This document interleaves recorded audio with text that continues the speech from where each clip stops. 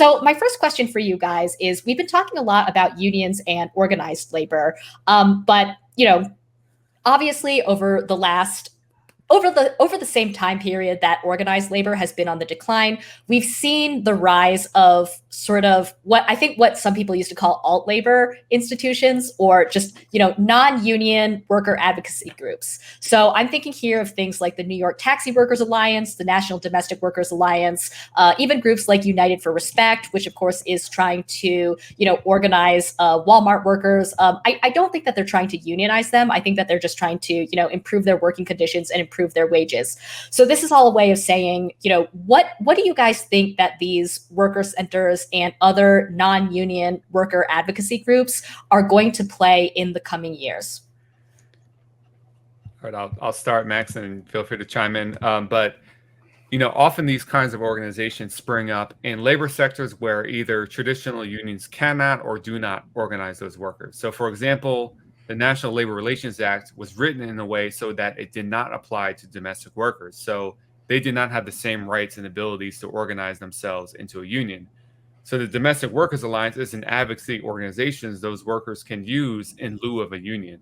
And other organizations are actually sponsored by unions and serve as like organizing committees before the union has enough strength to represent those workers. So United for Respect is sponsored by United Food and Commercial Workers. And the hope is that this organization can build enough strength so that eventually the union can win representation of Walmart workers.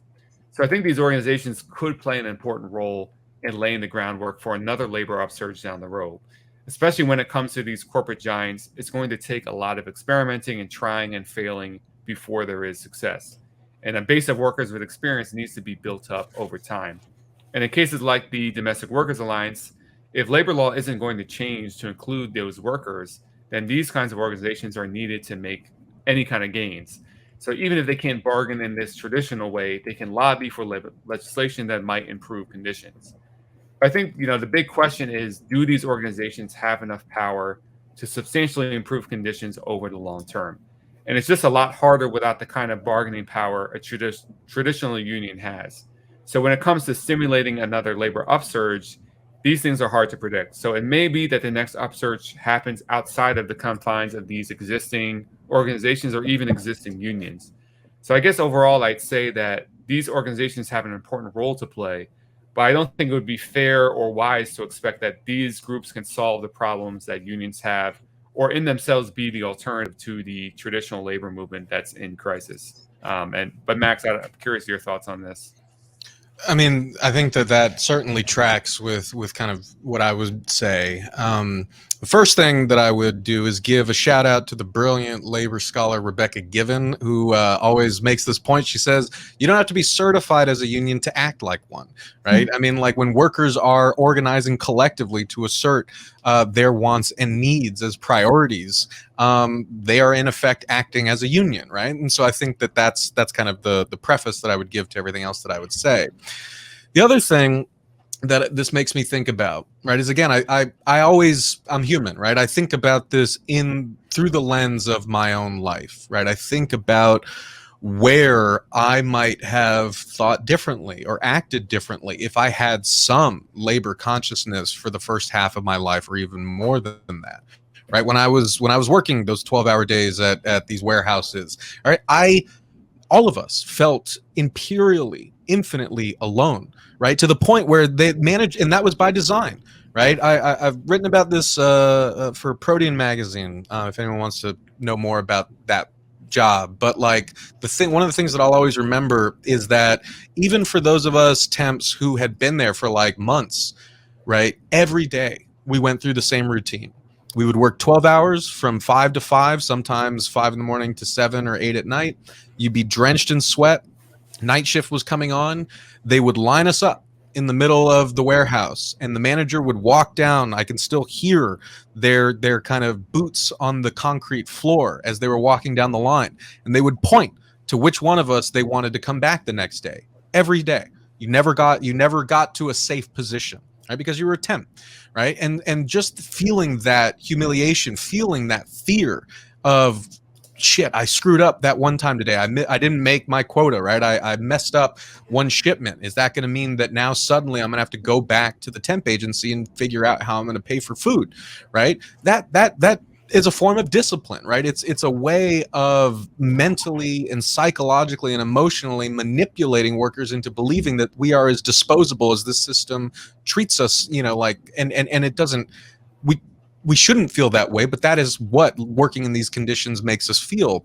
My point being is that at no point when I worked there did I ever feel like someone else had my back, that I felt like I had someone to complain to. The temp agency wasn't going to care. If I complained, they'd say the most that they would do is say, all right, well, we'll assign you to a different warehouse. That's it, right? But there was no one there to really advocate for me. I didn't feel like I could do much advocating for my coworkers or anything like that. I had no labor consciousness. That is, again, to bring this all back to Alan Greenspan's ghoulish ass, that is the kind of flexibility, the flexible position that the market wants me to be in, right?